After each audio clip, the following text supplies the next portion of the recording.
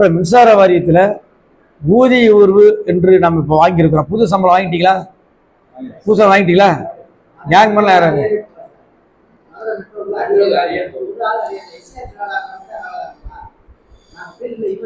கேள்விகளை கடைசியாக கேளுங்க. கேளுங்க, புது சம்பளம் வாங்கிட்டீங்களா?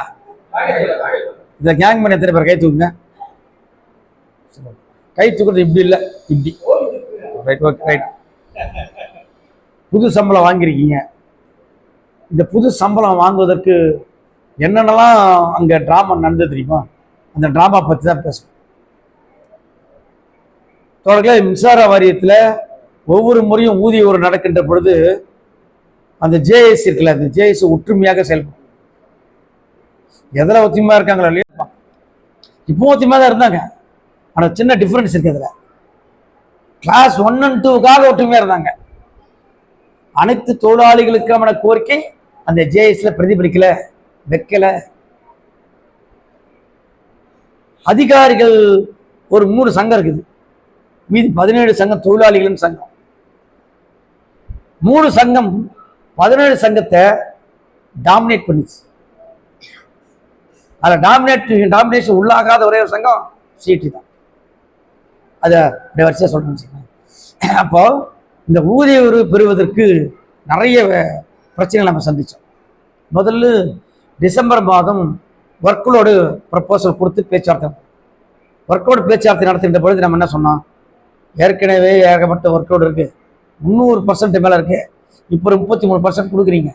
இந்த ஒர்க்கோடு தேவையில்லை, உங்களை வேஜ் விஷயம் பேசி காசை கொடுங்க அப்படின்னு நாம் வலுவாக பேசணும். பல தொழிற்சங்கங்களில் இல்லை, ஒர்க்கோடு பேசணுங்க, அது ஏதாவது பேசி முடிச்சுணுங்க.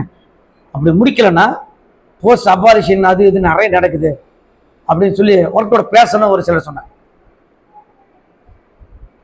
ஒர்க்லோடு என்பது அந்த வலுவை உயர்த்துவதற்கு அப்படின்னு மின்சார வாரியம் கான்கிரீட்டா ஒரு தத்துவத்தை வச்சுக்கிறாங்க. ஒர்க்லோடுனா உயர்த்தி கொடுக்கணும் அப்படின்னு.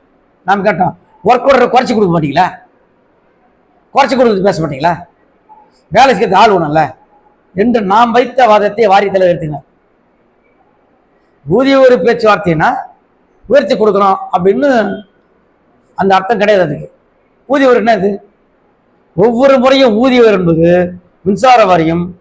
மின்சார வாரிய நிதியிலிருந்து கொடுத்தது போல தோன்றும் கிடையாது. ஒவ்வொரு முறையும் ஒர்க் அவுட் பண்ணி பார்த்தீங்கன்னா நமக்கு கொடுக்க வேண்டிய அரியர் இருக்குல்ல, அரியர் என்ன கொடுத்து நிர்வாகத்தினுடைய நிதியில் கொடுத்ததாக வரலாறே வருது. போன ஊதிய உயர்வு இன்னும் சுத்தம் 36 மாசம். இப்போ அப்படிதான் 26 மாசம் போச்சு. 26 மாசத்துல 24 மாசத்துக்கு 500 ரூபாய் தான் கொடுத்தான். நாம ஒரு ஒர்க்லோடு அந்த பேச்சுவார்த்தையில் போகும்போது ஒரு கடிதம், ஒரு நீண்ட கடிதத்தை கொடுத்தா கடைசியா அன்னெக்சர் 1 அன்னெக்சர் 2 கொடுத்தோம். அன்னெக்சர் 1 or 2 அதில் ஒன்னா கொடுத்தோம்னா மின்சார வாரியத்தில் இருக்கிற காலி பீரியடுகள் இருக்குல்ல, அது போஸ்ட் சாங்ஷன் கொடுத்தா எத்தனை ஆயிரம் போஸ்ட் சாங்ஷன் கொடுத்துருக்கோம். அது ஏற்கனவே நம்ம செய்கிற பணிகள்லாம் கால்குலேட் பண்ணி ஒரு தொழிலாளிக்கு ஆவரேஜா 25,000 ரூபாய் 35,000 ரூபாய் சம்பளம் கொடுத்துருந்தீங்கன்னா, ஆவரேஜ் சம்பளம் கொடுத்துருந்தீங்கன்னா ஒரு வருடத்திற்கு மட்டும் 4,500 கோடி ரூபாய் நீங்க கொடுத்துக்கணும். ஒரு வருஷத்துக்கு நீங்க 6 வருஷத்துக்கு ஒரு போஸ்ட் சாங்ஷன் கொடுக்கல, நான் 2 வருஷத்துக்கு மட்டும் கணக்கு போட்டு கொடுத்துருக்கேன்னு சொல்லி கொடுத்தேன். அந்த காசுல யார் காசு? நம்ம காசு. அதனால சொல்றேன், நம்ம காசையே நம்ம கொடுத்துக்கிறாங்க. நம்ம காசோட மொத்தமா கொடுக்கல, அதுல சிறு பகுதியை வெட்டி எடுத்து கொடுத்துருக்காங்க. ஓகே, அப்படி சொன்ன போது வேஜ் விஷயம் தனியா பேசணும் சேர்மன் சொல்லிட்டு, வேஜ் விஷயம் ப்ரப்போசல் இன்னைக்கு கொடுப்பாங்க, நாளைக்கு கொடுப்பது கொடுக்கவே இல்லை. நம்ம ஜேஎஸ்ல பேசணும், ப்ரப்போசல் கொடுக்கணும், விரைந்து கொடுக்கணும், ஊதிய விரைவை உடனே நடத்தணும் என்று ஒரு போராட்டத்தை நடத்தலாம் அப்படின்னு சொன்னோம். அப்படி சொன்ன பொழுது இல்லை ப்ரப்போசல் கொடுக்கட்டுமே, என்ன கொடுக்குறாங்கன்னு தெரிஞ்சுட்டு நம்ம பேசலாமே அப்படின்னாங்க. அப்படியே இப்போ இனிமேல் நம்ம பார்த்த வேலைகளை சொல்லிட்டு தான் நாம் தொடர்ச்சியான இயக்கங்கள் பண்ணோம்.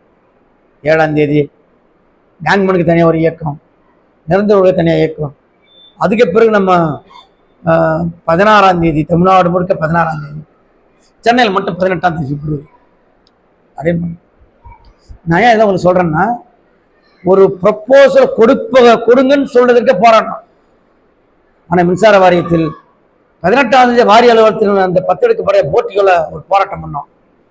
அந்த போராட்டம் நடந்து கொண்டிருந்த பொழுது திமுகவின் எம்பி TK இளங்கோவன் VIP கேட்டு சேர்மன் கேட்டில் ஒப்பந்த ஊழியர்கள் சங்கங்களுடைய பிரதிநிதிகள் அழைச்சிட்டு போறார்.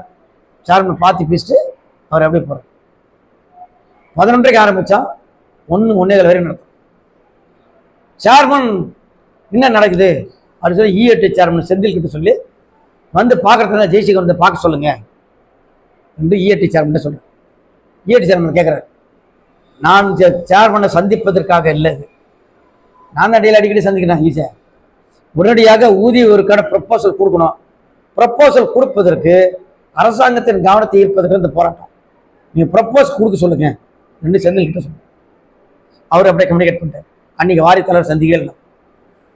டெமான்ஸ்ட்ரேஷன் ஒரு 2 மணி நேரம் பண்ணால் பண்ணிட்டு போயிட்டு அதற்கு பிறகு ஒரு 3 நாள் கட்சி ப்ரப்போசல் தராங்க. நல்லா புரிஞ்சுங்க, மின்சார வாரியத்தில் ஊதிய உயர்வுக்கான முன்மொழிவை கொடுங்கன்னு எந்த தொழிற்சங்கமும் போராட்டம் ஒரே தொழிற்சங்கம் மின்னுடைய மத்திய சீட்டு சங்கம், அதனால்தான் முன்மொழிவை கொடுத்தாங்க. தெளிவாக புரிஞ்சுக்க வேண்டியது. புரிந்து கொண்டவர்கள் கீழே போய் அணிகளுக்கு சொன்னாங்க. ஒன்று ஸோ கொடுத்த பிறகு என்னாச்சு, அப்போ தான் டேக் ஆஃப் ஆகுது. அநேகமாக அது வந்து 21/1 நம்ம 18ஆம் தேதி பண்ணுறோம். அது 21/1 21/1 அந்த ப்ரொபோசல் தான் கொடுக்குறாங்க. கேங்மெண்ட்டு கள உதவியாளர் அண்டர் இன்வெஸ்டிகேஷன், கேங்மெண்ட் 6% under consideration, right sizing of ஆட்குறைப்பு நடவடிக்கை பண்ணுவோம். ஓய்வு பெற்றோருக்கு பென்ஷன் இது டிஏ பற்றியால் இல்லை சொல்லலாம், இல்லைன்னு அர்த்தம். இது கிளாஸ் 1 and 2 அதிகாரிகளுக்கு ஊதிய உயர்வு இல்லை. 5 பாயிண்ட் மேஜரான பாயிண்ட். அப்போ இந்த முன்மொழிவை கொடுத்த பிறகு நாம் கமிட்டியாக உட்காந்து பேசி நிர்வாகி கூட்டத்தையும் கூட்டி என்னென்ன கொடுக்கலாம் அப்படின்னு சொல்லிட்டு பிளான் பண்ணி எல்லாத்தையும் எடுத்துட்டு அடுத்த டிஸ்கஷனில் நம்ம பேசுகிறோம். நல்லா புரிஞ்சுங்க, நாம் ஒரு பக்கம் மின்சார வாரியத்தோடு கடிதங்கள் எழுதி கொடுத்து பேசுறதை தயாராக இருக்கோம். இன்னொரு பக்கம் கிளாஸ் 1 and 2 இல்லை என்று தெரிஞ்ச உடனேயே அவங்க பொறியாளர் அமைப்புகள் டேக்கப் பண்ணுறாங்க. என்னென்ன JSA அவங்களாம் கூப்பிட்றாங்க, அவங்களாம் பேசிக்கிறாங்க. இதை எப்படி பெறது, பொலிட்டிக்கலாக கொஞ்சம் மூவ் பண்ணுறது, எல்லாம் சகல விஷயங்கள் பண்ணாங்க. ஒரு போராட்டத்தை அறிவிக்கிறாங்க. ஒற்றுமை கருதி JSC எதிர்கால தேவை பல்வேறு விஷயங்கள் இருக்குது, அதெல்லாம் கணக்கில் கொண்டு நாம் அவங்களோட செயல்படுறோம். முதல் நாள், 2ஆம் நாள், 5 நாள், 6 நாள். நான் ஒரு ஸ்டேயில் சொல்கிறேன், இந்த மாதிரி பிட்டு பிட்டா பண்ணாதீங்க, ஒரே ஸ்ட்ரோக் உட்காருவோம் என்று சொன்னதை அவங்க கேட்கல. உங்கள் கோரிக்கை மட்டும் வச்சு எடுபடாது, உங்கள் கோரிக்கை வச்சுன்னா எங்கள் ஆட்கள் கீழே தொடர்ந்து வரமாட்டான், எல்லா கோரிக்கையும் இணைச்சி வைக்கலாம் அப்படின்னு சொல்கிறான். நானும் ஒற்றை கோரிக்கை கிளாஸ் 1 and 2 ஒற்றை கோரிக்கைன்னு கடைசி வரையும் நம்ம சொன்னது கேட்கவே இல்லை. இது ஒரு பக்கம் நடந்துனே இருக்கு.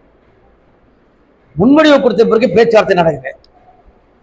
நாம் வந்து முன்மொழிவுக்கு கொடுத்துட்டு டிஸ்கஷனில் பேசிக்கிட்டு இருக்கோம். அந்த வீடியோலையும் பார்த்துருப்பீங்க. Right sizing of man power அப்படின்ற விஷயத்தை ஒர்க் அவுட்டில் பேச வேண்டிய விஷயத்தை ஏன் சரியில் சேர்க்குறீங்க, ஒர்க் அவுட்டில் பேசிக்கலாம் அப்படின்னோடனே ரைட் எடுத்துடலாம், ஓகே நோட் பண்ணி சார் நோட் பண்ணி எடுத்துடலாம். ஓய்வு பெற்றவர்களுக்கு டிஏ பற்றி சொல்லலைன்னொடனே பழைய செட்டில்மெண்ட் காப்பி பாருங்க, பழைய செட்டில்மெண்ட்டில் எல்லா செட்டில்மெண்ட்டும் இருக்குது, டிஏ கொடுக்கணும் என்று சொன்ன பிறகு அவருக்கு தெரியல, சேர்மனுக்கு தெரியல. ஆக்சுவலாக அவங்க டைரக்டர் ஃபைனான்ஸ் கேட்குறாங்க, ஆமான்றாங்க. செக்ரட்டரி ஆமான்றாங்க, ஸ்டாஃப் ஆமான்றாங்க. ஓகே சரி, அதையும் நோட் பண்ணுங்க. கூடுதலாக இந்த 6% பேசும். 6% தான் நம்ம தொடர்ந்து வற்புறுத்தி வரும். 1/2019 அப்போ அது அந்த வேஜுவேஷனில் கொடுக்க வேண்டியதை கொடுக்கல அப்படின்னு சொல்லி பேசுகிறப்ப இதுக்கு முன்னாடி பல முறை சேர்மன்ட்ட பேசியிருக்கோம். அப்போ சொன்னது என்னன்னா, மின்சார வாரியத்தில் வாரிய செயலாளர் மணிக்கன் என்ற ஒற்றை நபர் மின்சார வாரியத்தில் இருக்கிற அனைத்து தொழிற்சங்களை முட்டாளாக்கிட்டு போனா சார். அந்த முட்டாளாக்கிட்ட போன விஷயத்தை மாற்றாமல் சீட்டு சங்கம் மாற்றாமல் விடாதுன்னு சொல்லி அந்த ஒப்பந்தத்தை அந்த பேச்சாட்டில் அதுக்கு முன்னாடி இந்த சேர்மன் வந்து 1 வருஷமா சொல்லிக்கணும். அதை பல்வேறு கட்டங்களை சொல்லிக்கிறோம். அந்த ஃபர்ஸ்ட் ஒன்று ஊதிய ஒரு பேச்சுவாட்டில் சொல்லும். அப்படி சொல்றதுக்கு பல காரணங்கள் சொல்றாங்க. டேட் ஆஃப் செட்டில்மெண்ட்டுக்கு என்னென்ன தொழிலாளிகள் அத்தனை தொழிலாளிகளுக்கும் அந்த வாரி உத்தரவு எடுத்துக்கணும். கொடுத்த பிறகு சேர்மன் அக்ரீடு. ஒரு ஸ்டேஜில் அவர் என்ன சொல்றாருன்னா, இந்த ஊதியோருக்கு முன்னாடி ஏங்க போன ஊதியோர் இது எப்படிங்க சார், ஒன்றும் கிடையாது, அது கொடுத்து அவனுக்கு கொடுக்கல சிக்கலாமா, நான் வந்து அரியர் கூட கேட்கல, எனக்கு அரியரே தேவை கிடையாது, நோஷன் போய் ஃபிக்ஸ் பண்ணி கொடுத்தேன் என்று சொன்ன பிறகு அதுக்கப்புறம் அவர் வந்து ஆக்டிவாக இருக்கு. அது முன்னாடி ஒரு ஆக்டிவாகவே இல்லை. நோட் பண்ணிட்டு அரசாங்கத்தோட பேசி முதல்ல கொடுத்த ப்ரப்போசல் என்ன கொடுக்குறாரு, அண்டர் கன்சிடரேஷன். அண்டர் கன்சிடரேஷன் அர்த்தம் பரிசீலனை செய்யலாம் என்ன அர்த்தம். ஆனால் கேங்மெண்ட் கலவையாளர் அண்டர் இன்வெஸ்டிகேஷன், ஆய்வுக்கு உட்பட்டது, ஆய்வு பண்றோம்னு சொல்றாங்க. சரி, இன்னொரு விஷயம் என்னன்னா, ஊதிய ஒரு 6% எதில் வரணும், இதில் வந்துச்சு. இன்னொன்று கலவுதர எதில் வரணும், கேங்மெண்ட் கலவை எதில் வரணும், ஒர்க் லோட்ல வரும். அது இதில் வந்துச்சு. ஒர்க் லோட்ல வர வேண்டிய அந்த பாயிண்ட் எப்படி இது ஊதியத்தில் வந்துச்சு, இதில் தான் சூட்சமானங்க இருக்கு.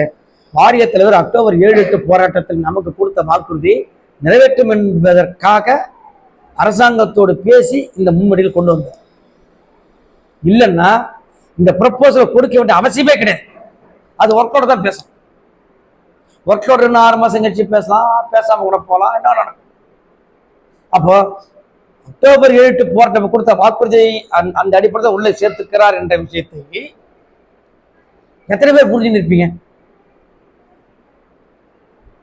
இப்போ கேங்மேன் சங்க இந்த ஸ்ரீராம் அனுப்ப இருக்காங்க இல்லையா, அவங்க என்ன சொல்லிக்கிறாங்கன்னா, 7-8 போராட்டத்தில் 8ஆம் தேதி மின்சார வாரிய தலைவர் நம்ம பேச்சுவார்த்தை நடத்தவே இல்லைன்னு பேசிக்கிறாங்க. அவரு போய் பேச்சுவார்த்தை நடத்தி தான் இப்போ வாங்கி கொடுத்து தான் பேசிக்கிறாங்க. அவங்க போய் பேச்சுவார்த்தை நடத்தி தான் 6+6 வாங்கி கொடுத்தேன், கிளாஸ் 4ல கொண்டு வந்து கொடுத்தேன்னு சொல்லி அப்பாவித்தனமாக பேசிக்கிறாங்க. அப்பா நான் அப்பா தான் சொன்னேன். என்ன இந்த ஊதிய உயர்வு என்ற விஷயத்தில் முதல் 2 பேச்சுவார்த்தையில நாம் சொன்ன அந்த ரைட் செஸ்ஸிங் ஏற்றுக்கொண்டார். 6+ அது பழைய 6% அரசாங்கத்தோட பேசுறேன்னு சொன்னார். இந்த 6% இந்த 6% கலவர இந்த கோரிக்கை என்பதை பேசுறேன். அப்ப 16/2 ஐக்கிய சங்கம் இந்த ப்ரப்போசல் கொடுப்பதற்கு முன்னாடி, இந்த ப்ரப்போசல் எப்போ கொடுத்தாங்க, 21/1 கொடுத்தாங்க.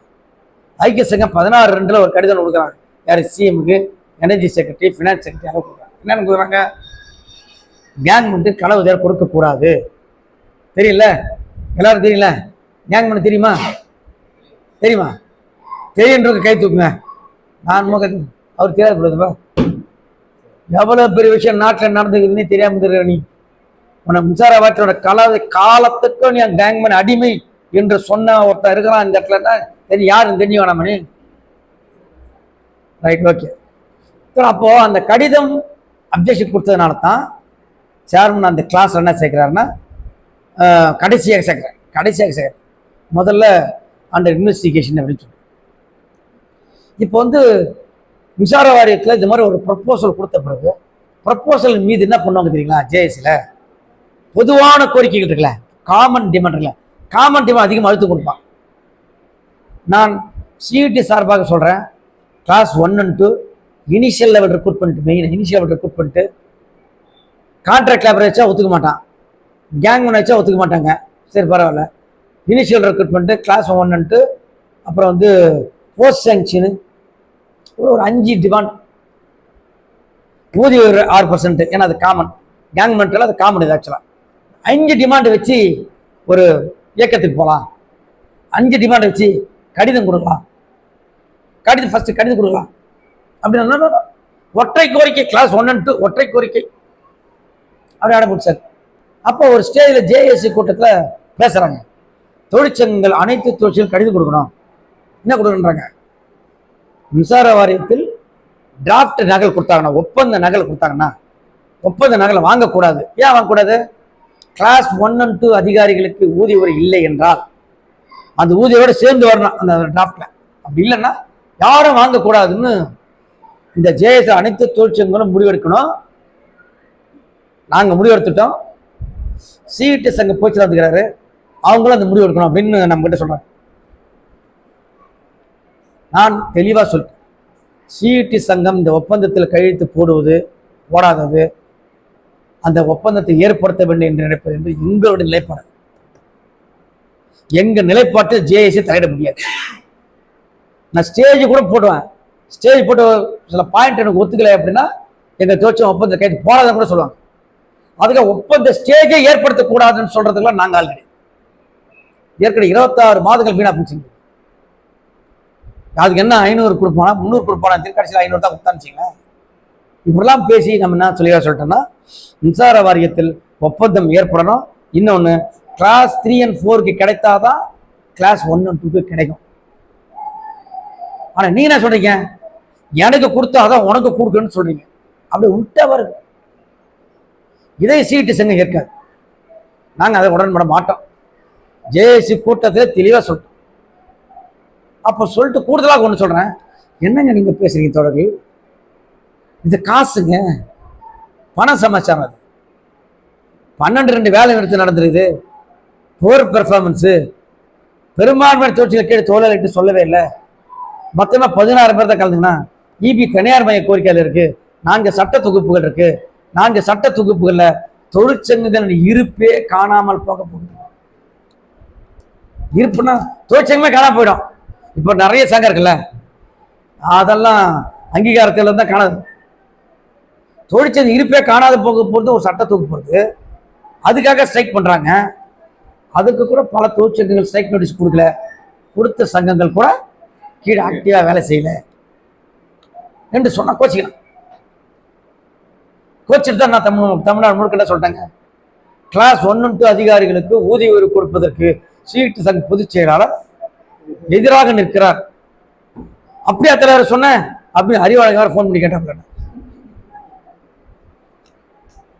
நாம சொல்லுமா, எந்த காலத்திலும் நம்ம அப்படி சொல்ல மாட்டோம். அது விஷயம் என்னன்னா, கிளாஸ் 3 and 4 கிடைச்சாதான் உங்களுக்கு 1 and 2க்கு கிடைக்கும். நீங்க எங்களுக்கு கிடைக்கிறத பத்தியே பேச மாட்டேன். எனக்கு ஃபர்ஸ்ட் கிடைக்கிறது எல்லாரும் முதல்ல சொல்லு என்று சொல்றதான் பிரச்சனைங்க. அப்போ நம்ம ஆளாவது டிஃபரெண்ட். அவங்க போராட்டத்தில் கலந்து கொண்டா அவங்க கோரிக்கை நியாயமா நியாயம், கொடுக்கணுமா கொடுக்கணும், 12-7 வேலை செய்யறாங்க, 24-7 வேலை செய்யறாங்க, எல்லாத்திலும் நம்ம உடன்பாடு இருக்கு. ஆனா கிளாஸ் 3 and 4க்கு ஒதுக்கி வச்சுட்டு எனக்கு இருக்குதா இல்லையா ஃபர்ஸ்ட் சொல்லு, அதுக்கப்புறம் அவங்களுக்கு சொல்லுன்ற அந்த டிஃபரன்ஸ்ல கண்டிப்பா நம்ம உடன்பட மாட்டோம் சொன்னோம். அப்புறம் ஒரு ஸ்டேஜுக்கு அப்புறம் கடைசியா ஒரு போராட்டம் பண்றாங்க. அதாவது 14ஆம் தேதி ஒப்பந்தம், 13ஆம் தேதி டிராஃப்ட் கொடுக்குறாங்க, 12ஆம் தேதி சேர்மன் சொல்றாரு, 12ஆம் தேதி சொல்றாரு, இந்த பாருங்க இவ்வளவு தாங்க போவேன், கவர்மெண்ட் என்ன சொல்லுதோ அதாங்க, கிளாஸ் 1 and 2க்குலாம் சான்ஸே கிடையாதுங்க, கேங்மெண்ட் கலந்துயார் அது என்னன்னு தெரியலைங்க, பார்க்குறேங்க அது என்னன்னு தெரியலைங்க, நாங்கள் என்ன சொல்கிறேங்க அப்படின்னு.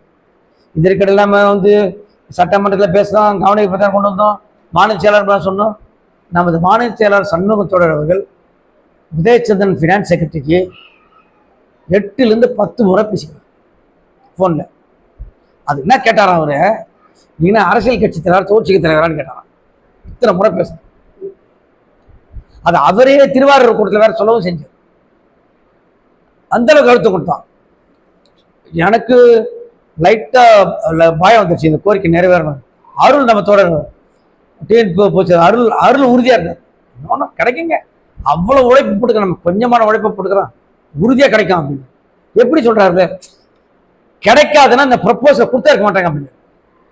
கிடைக்காது அப்படின்னா இந்த முன்னோடியில் அந்த சாப்டர் அந்த சப்ஜெக்ட் வந்தே இருக்காது. ப்ரப்போசலை வச்சு அண்டர் கன்சிடரேஷன் அண்டர் இன்வெஸ்டிகேஷன் எதுக்கு சொல்லணும் என்று ஒரு கொஸ்டின், டிப்ளமேட்டிக் கொஸ்டின் போட்டார். மனசு ஆறுதலாக தான் இருக்குது. இருந்தா கூட சார்பு சொல்லிட்டு போறாரு.